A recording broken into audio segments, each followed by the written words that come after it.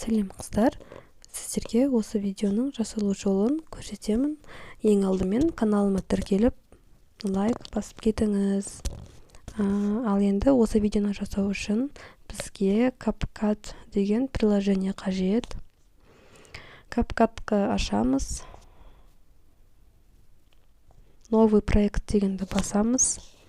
Сөйтіп, видео деген бөлімнен өзімізге қажетті видеоны тауып аламыз. Үстінен басамыз, және добавить дегенді басамыз. Мінекей басылды.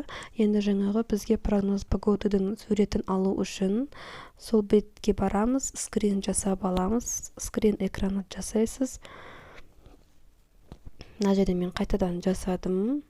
Үстінен бастым скриннің. Сөйтіп өзіме қажетті жеріне дейін қиып, әдемілеп дайындап алдым. Сохранить дегенді басамын. Қайтадан CapCut бөліміне кіремін. Жаңағы суретке, видеоға суретті қоямын. Наложение басасыз. Добавить наложение. Фото бөліміне кіріп, жаңағы скриндалған фотоны қоямыз. Бұл фотоның орнында кез келген фотоны қойсаңыз болады. Енді осы видеоның ұзақтығымен бірдей етіп, үстінен ұстап, жылжытасыз. Концовка дегенді удалить етіп тастайсыз. Енді жаңағы кубқа анимация қосамыз наложениеге.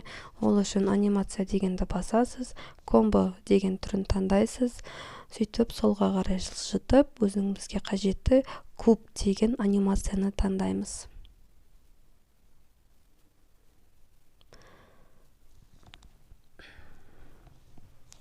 Мінекей куб деген түрін таптық.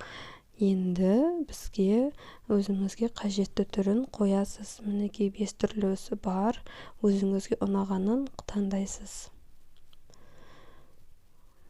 Астындағы көк боп тұрған полосканы ары-бері жылжытып жатырмын. Енді қараңыздар, галочканы басасыздағыны қойсаңыз, жаңағы жасыл боп тұрған сызықты қай жерге дейін апарсаңыз, сол жерге дейін ғана анимация ойнайтын болады. Қайтадан анимация бөліміне кіріп, комбо дегенге кіріп, жаңағы басасыз. Сол кезде мына видео бізге толықтай видеомен бірдей етіп ойнау үшін оның ұзақтығын толықтай етіп жасаймыз. Қайтадан сонда кіреміз комбоға. Қайтадан кіргеннен кейін осы түрін таңдаймды, ұзақтығын создым. Мінекей толықтай сарғайды. Енді қайтадан тексеріп аламыз, плейді басып.